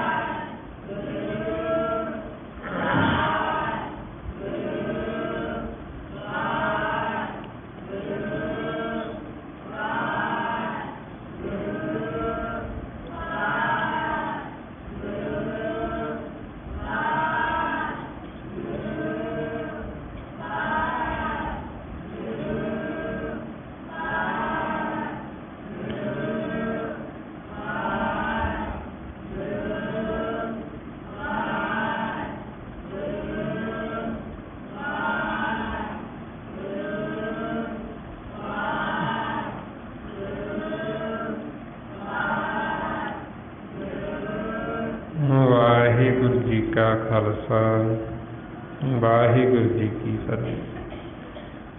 ਇਸ ਤਰੀਕੇ ਨਾਲ ਜਦੋਂ ਆਪਾਂ ਗੁਰਮੁਖੀ ਅਭਿਆਸ ਕਰਦੇ ਹਾਂ, ਇਹਦੇ ਨਾਲ ਫਿਰ ਆਪਣੇ ਮਨ ਦੇ ਉੱਤੋਂ ਮੈਲ ਰਹਿੰਦੀ ਹੈ, ਸਾਡਾ ਮਨ ਧੋਤਾ ਜਾਂਦਾ ਹੈ, ਮਨ ਸ਼ੁੱਧ ਹੁੰਦਾ ਹੈ। ਜਦੋਂ ਆਪਾਂ ਸ਼ਬਦ ਦੀ ਵਿਚਾਰ ਕਰਦੇ ਹਾਂ ਗੁਰਬਾਣੀ ਗੁਰੂ ਦੀ, ਇਹਦੇ ਨਾਲ ਵੀ ਸਾਡਾ ਮਨ ਧੋਤਾ ਜਾਂਦਾ ਹੈ, ਸ਼ੁੱਧ ਹੁੰਦਾ ਹੈ। ਸੋ ਹੁਣ ਜਦੋਂ ਆਪਾਂ ਸੰਗਤ ਰੂਪ ਦੇ ਵਿੱਚ ਇਕੱਠੇ ਹੋ ਕੇ ਅਭਿਆਸ ਕਰਦੇ ਹਾਂ, ਵਿਚਾਰ ਕਰਦੇ ਹਾਂ, ਮਨ ਦਾ ਇਸ਼ਨਾਨ ਹੋ ਜਾਂਦਾ ਹੈ। ਅਤੇ ਆਪਾਂ ਨੂੰ ਫਿਰ ਨਾਲ ਨਾਲ ਸਮਝਾਉਂਦੇ ਵੀ ਹੁਣ ਮਨ ਨੂੰ ਦੁਬਾਰਾ ਆਪਾਂ ਇਹ ਗਿਆਨ ਦੇ ਨਾਲ ਚੱਲਣਾ ਸੰਸਾਰ 'ਚ ਵੀ ਫਿਰ ਸਾਡਾ ਮਨ ਮੈਲਾ ਨਾ ਹੋਵੇ। ਉਹਦੇ ਵਾਸਤੇ ਫਿਰ ਆਪਾਂ ਨੂੰ ਕਹਿੰਦੇ ਵੀ ਸੰਸਾਰ ਦੀ ਜਿਹੜੀ ਵਿਚਾਰ ਉਨੀ ਕੁ ਕਰੋ, ਵੀ ਜਿੰਨੀ ਕੁ ਲੋੜ ਹੈ, ਜਿਹੜੀ ਜ਼ਰੂਰੀ ਹੈ ਉਹ ਕਰ ਲਓ। ਬਾਕੀ ਸੰਸਾਰ ਦੀਆਂ ਹੋਰ ਗੱਲਾਂ ਨਾ ਕਰੋ ਵੀ ਜਿਨ੍ਹਾਂ ਦਾ ਕੋਈ ਮਤਲਬ ਨਹੀਂ, ਜਿਹੜੀਆਂ ਆਪਣੇ ਫਾਇਦੇ ਦੀਆਂ ਨਹੀਂ। ਕਿਸੇ ਹੋਰ ਦੀ ਗੱਲ ਕਰਨ ਦੀ ਲੋੜ ਹੀ ਨਹੀਂ ਵੀ ਕੌਣ ਕੀ ਕਰਦਾ ਹੈ, ਆਪਾਂ ਕੀ ਲੈਣਾ। ਸਭ ਦਾ ਆਪੋ ਆਪਣਾ। ਇਸ ਵਾਸਤੇ ਆਪਾਂ ਨੂੰ ਕਹਿੰਦੇ ਵੀ ਆਪਦੇ ਬਾਰੇ ਸੋਚੋ, ਕਿਸੇ ਬਾਰੇ ਨਾ ਸੋਚੋ, ਕਿਸੇ ਬਾਰੇ ਨਾ ਦੇਖੋ ਵੀ ਕੌਣ ਕੀ ਕਰ ਰਿਹਾ। ਉਹਦੀ ਗੱਲ ਕਰਕੇ ਆਪਾਂ ਨੂੰ ਕੋਈ ਫਾਇਦਾ ਨਹੀਂ, ਕੋਈ ਲਾਹਾ ਨਹੀਂ ਹੈ। ਸੋ ਇਸ ਵਾਸਤੇ ਫਿਰ ਸੰਸਾਰ ਦੀ ਉਨੀ ਕੁ ਗੱਲ ਕਰੋ ਵੀ ਜਿੰਨੀ ਕੁ ਜ਼ਰੂਰੀ ਆਪਣੇ ਮਤਲਬ ਦੀ ਹੈ ਕਰ ਲਓ, ਨਹੀਂ ਤਾਂ ਆਪਦਾ ਸਿਮਰਨ ਕਰਦੇ ਰਹੋ। ਅਤੇ ਮਾਲਕ ਦੀ ਜਿਹੜੀ ਵਿਚਾਰ ਚਾਹੇ ਦਿਨ ਰਾਤ ਕਰਦੇ ਰਹੀਏ, ਬ੍ਰਹਮ ਦੀ ਵਿਚਾਰ ਉਹਦੇ ਵਾਸਤੇ ਨਹੀਂ ਆਪਾਂ ਨੂੰ ਰੋਕਦੇ, ਕਹਿੰਦੇ ਦਿਨ ਰਾਤ ਕਰੋ। ਸੰਸਾਰ ਦੀ ਨਾ ਕਰੋ ਜਿਹਦਾ ਕੋਈ ਮਤਲਬ ਨਹੀਂ। ਇਹ ਜਦੋਂ ਅਸੀਂ ਸੰਸਾਰ ਦੀਆਂ ਹੋਰ ਕਿਸੇ ਦੀਆਂ ਗੱਲਾਂ ਕਰਦੇ, ਉਹ ਸਾਡੇ 'ਤੇ ਮੈਲ ਲੱਗਦੀ ਹੈ। ਜਦੋਂ ਅਸੀਂ ਕਿਸੇ ਦੀ ਗੱਲ ਕਰਾਂਗੇ, ਜਾਂ ਤਾਂ ਅਸੀਂ ਉਹਦੀ ਉਸਤਤ ਕਰਾਂਗੇ ਜਾਂ ਅਸੀਂ ਉਹਦੀ ਨਿੰਦਿਆ ਕਰਾਂਗੇ, ਦੋਵਾਂ 'ਚੋਂ ਇੱਕ ਗੱਲ ਤਾਂ ਹੋਏਗੀ। ਅਤੇ ਇਹ ਦੋਵੇਂ ਹੀ ਫਿਰ ਸਾਡੇ ਮਨ 'ਤੇ ਮੈਲ ਲੱਗਦੀ। ਜੇ ਅਸੀਂ ਉਸਤਤ ਕਰਾਂਗੇ ਤਾਂ ਵੀ ਮੈਲ ਲੱਗਦੀ ਹੈ, ਕਿਉਂਕਿ ਉਹਦੀ ਉਸਤਤ ਵੀ ਝੂਠੀ ਹੈ। ਜੇ ਅਸੀਂ ਨਿੰਦਿਆ ਕਰਾਂਗੇ ਤਾਂ ਉਹ ਵੀ ਮੈਲ ਲੱਗਦੀ ਹੈ। ਇਸ ਲਈ ਅਸੀਂ ਇਹਨਾਂ ਦੋਵਾਂ ਨੂੰ ਹੀ ਛੱਡਣਾ। ਮਾਰੇ ਕਹਿੰਦੇ ਉਸਤਤ ਨਿੰਦਾ ਦੋ ਤੇ ਆਗੇ, ਖੋਜੇ ਪਦ ਨਿਰਵਾਨਾ। ਵੀ ਇਹ ਦੋਵੇਂ ਹੀ ਸਾਡੇ 'ਤੇ ਮੈਲ ਲਾਉਂਦੀਆਂ। ਉਸਤਤ ਜਿਹੜੀ ਅਸੀਂ ਮਾਲਕ ਦੀ ਕਰਨੀ, ਪਰਮਾਤਮਾ ਵਾਹਿਗੁਰੂ ਦੀ, ਅਤੇ ਨਿੰਦਿਆ ਆਪਾਂ ਕਿਸੇ ਦੀ ਕਰਨੀ ਕੋਈ ਨਹੀਂ। ਅਤੇ ਇਸ ਕਰਕੇ ਫਿਰ ਸੰਸਾਰ ਦੀ ਕੋਈ ਗੱਲ ਹੀ ਨਹੀਂ ਰਹਿ ਜਾਂਦੀ। ਜੇ ਆਪਾਂ ਨੂੰ ਕੋਈ ਕਹੇਗਾ ਵੀ ਸੁਣਾਓ ਕੋਈ ਗੱਲ, ਸੁਣਾਓ ਨਵੀਂ ਤਾਜ਼ੀ ਸੰਸਾਰ 'ਚ ਹੈ ਕੀ, ਇਹੀਓ ਤਾਂ ਕਹਿੰਦੇ ਜੀਵ ਵੀ ਕਿਸੇ ਦੀ ਕਰੋ ਨਿੰਦਿਆ, ਕੀ ਹੋ ਰਿਹਾ। ਹੁਣ ਜਦੋਂ ਆਪਾਂ ਆਪਦਾ ਅਭਿਆਸ ਕਰਨ ਲੱਗ ਗਏ ਅਤੇ ਆਪਾਂ ਨੂੰ ਪਤਾ ਹੀ ਨਹੀਂ ਰਹਿਣਾ ਵੀ ਨਵੀਂ ਤਾਜ਼ੀ ਕੀ ਸੁਣਾਈ, ਸਾਨੂੰ ਤਾਂ ਪਤਾ ਨਹੀਂ ਜੀ ਕੀ ਹੋ ਰਿਹਾ। ਸੋ ਫਿਰ ਆਪਣੇ ਸੰਗੀ ਸਾਥੀ ਬਹੁਤ ਘੱਟ ਜਾਂਦੇ। ਪਹਿਲਾਂ ਜਿਹੜੇ ਆਪਣੇ ਦੋਸਤ ਮਿੱਤਰ ਹੁੰਦੇ, ਸਭ ਸਾਥ ਛੱਡ ਜਾਂਦੇ, ਕਿਉਂਕਿ ਉਹਨਾਂ ਦਾ ਜਿਹੜਾ ਸਾਥ ਹੁੰਦਾ ਉਹ ਇਸੇ ਕਰਕੇ ਹੁੰਦਾ ਵੀ ਕਿਸੇ ਦੀ ਨਿੰਦਿਆ ਕਰਨੀ, ਕਿਸੇ ਨਾਲ ਵੈਰ ਵਿਰੋਧ ਦੀ ਗੱਲ ਕਰਨੀ, ਬੈਠ ਕੇ ਇਕੱਠੇ ਹੋ ਕੇ ਕਰਦੇ। ਜਦੋਂ ਆਪਾਂ ਉਹ ਛੱਡ ਦਿੱਤੀ, ਆਪਾਂ ਵਾਹਿਗੁਰੂ ਵਾਹਿਗੁਰੂ ਕਰਨ ਲੱਗੇ, ਜਦੋਂ ਆਪਣੇ ਕੋਲ ਆਉਣਗੇ ਆਪਾਂ ਉਹਨਾਂ ਨੂੰ ਵੀ ਕਹਾਂਗੇ ਵੀ ਵਾਹਿਗੁਰੂ ਕਰੋ, ਜਾਂ ਆਪਾਂ ਮਾਲਕ ਦੀ ਕੋਈ ਗੱਲ ਕਰਨੀ ਸ਼ੁਰੂ ਕਰ ਦਾਂਗੇ ਵਿਚਾਰ, ਫਿਰ ਉਹਨਾਂ ਨੂੰ ਉਹ ਚੰਗੀ ਨਹੀਂ ਲੱਗਦੀ। ਫਿਰ ਉਹ ਆਪਣਾ ਇਸ ਕਰਕੇ ਉਹ ਸਾਥ ਛੱਡ ਜਾਂਦੇ। ਫਿਰ ਉਹ ਉੱਥੇ ਜਾਂਦੇ ਜਿੱਥੇ ਉਹਨਾਂ ਦੀ ਖੁਰਾਕ, ਜਿੱਥੇ ਨਿੰਦਿਆ ਹੁੰਦੀ, ਵੈਰ ਵਿਰੋਧ ਦੀ ਗੱਲ ਹੁੰਦੀ, ਉਹ ਉਹਨਾਂ ਕੋਲ ਹੀ ਜਾ ਕੇ ਬੈਠਣਗੇ। ਇਸ ਵਾਸਤੇ ਫਿਰ ਆਪਾਂ ਨੂੰ ਸਮਝਾਉਂਦੇ ਵੀ ਉਹਦਾ ਫਿਰ ਆਪਾਂ ਨੂੰ ਫਾਇਦਾ ਹੋ ਜਾਂਦਾ ਵੀ ਆਪਾਂ ਨੂੰ ਕਿਸੇ ਨੂੰ ਕਹਿਣ ਦੀ ਲੋੜ ਨਹੀਂ ਪੈਂਦੀ, ਆਪਦੇ ਆਪ ਹੀ ਜੀਵ ਆਪਣਾ ਸਾਥ ਛੱਡ ਜਾਂਦੇ, ਉਹ ਪਾਸੇ ਹੋਈ ਜਾਂਦੇ। ਸੋ ਇਸ ਕਰਕੇ ਫਿਰ ਆਪਾਂ ਨੂੰ ਲਾਹਾ ਹੋ ਜਾਂਦਾ। ਆਪਾਂ ਆਪਦਾ ਉਹਨਾਂ ਸੰਸਾਰ ਦੀਆਂ ਗੱਲਾਂ ਤੋਂ, ਜਿਹੜੀ ਉਹਨਾਂ ਨੇ ਸੁਣਾ ਕੇ ਸਾਡੇ ਮਨ 'ਤੇ ਮੈਲ ਚੜਾਉਣੀ ਸੀ, ਜਿਨ੍ਹਾਂ ਨੂੰ ਉਹ ਸੰਸਾਰ ਦੀਆਂ ਨਵੀਆਂ ਤਾਜ਼ੀਆਂ ਕਹਿੰਦੇ ਸੀ, ਉਹ ਮੈਲ ਹੀ ਸੀ, ਅਤੇ ਉਹ ਮੈਲ ਤੋਂ ਆਪਾਂ ਬਚ ਜਾਂਦੇ। ਉਹ ਇਸ ਕਰਕੇ ਆਪਾਂ ਹੁਣ ਕੋਸ਼ਿਸ਼ ਕਰਨੀ, ਵੱਧ ਤੋਂ ਵੱਧ ਅਭਿਆਸ ਕਰਨਾ, ਸੰਸਾਰ ਦੀਆਂ ਵਿਚਾਰਾਂ ਉਨੀਆਂ ਕੁ ਕਰਨੀ ਜਿੰਨੀ ਕੁ ਆਪਾਂ ਨੂੰ ਲੋੜ ਹੈ, ਬਹੁਤੀ ਆਪਾਂ ਕਰਨੀ ਕੋਈ ਨਹੀਂ। ਅਤੇ ਜਦੋਂ ਆਪਾਂ ਗੁਰਬਾਣੀ ਗੁਰੂ ਨੂੰ ਪੜ੍ਹ ਕੇ ਵਿਚਾਰਨਾ, ਖੋਜਣਾ, ਅਤੇ ਵੱਧ ਤੋਂ ਵੱਧ ਆਪਾਂ ਸਤਸੰਗ 'ਚ ਕਰਨੀ। ਅਤੇ ਜਦੋਂ ਆਪਾਂ ਇਕੱਠੇ ਹੁੰਦੇ, ਸ਼ਬਦ ਦੀ ਵਿਚਾਰ ਕਰਨੀ ਇੱਕ ਦੂਸਰੇ ਨਾਲ, ਗੁਰਬਾਣੀ ਗੁਰੂ ਜੀ। ਬਾਕੀ ਇਹ ਜੋ ਸਾਰਾ ਭੇਤ ਆਪਾਂ ਨੂੰ ਦਿੱਤਾ ਗੁਰਮੁਖ ਜਨਾਂ ਨੇ, ਭਾਈ ਸਾਹਿਬ ਭਾਈ ਸੇਵਾ ਸਿੰਘ ਜੀ ਧਰਮਾਲਾ, ਵੀ ਜੋ ਆਪਣੇ ਜੀਵਨ ਦਾ ਅਸਲ ਮਕਸਦ, ਕਿਵੇਂ ਅਸੀਂ ਮਾਲਕ ਤੋਂ ਵਿਛੜੇ, ਕਿਵੇਂ ਅਸੀਂ ਮਿਲਣਾ ਹੈ, ਉਹ ਆਪਾਂ ਨੂੰ ਗੁਰਮੁਖਾਂ ਨੇ ਬੜਾ ਸੌਖਾ ਕਰਕੇ ਸਮਝਾਇਆ।